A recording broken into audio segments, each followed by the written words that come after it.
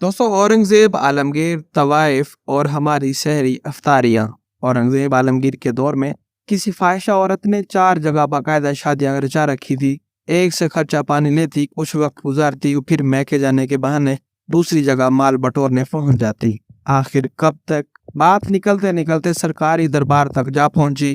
तस्दीक के लिए उसकी अदालत में तलब हुई। क्योंकि इस्लामी कानून नाफिज था, इसलिए ज्यादा इम्कान यही था कि जब बात पाया सबूत पहुंचेगी तो इस औरत के लिए जान बचाना मुश्किल हो जाएगा। उसने एक सियाने वकील से मशवरा किया। उसने कहा, ए खातून, जान तो बच सकती है मगर फीस भारी लगेगी।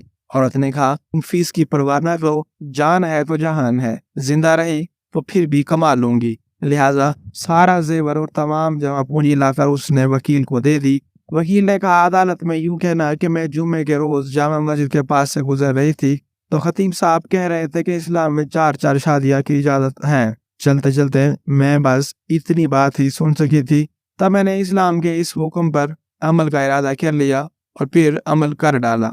मुझे ये नहीं मालूम था कि ये हुक्म सिर्फ मर्दों के लिए था, औरत के लिए नहीं था।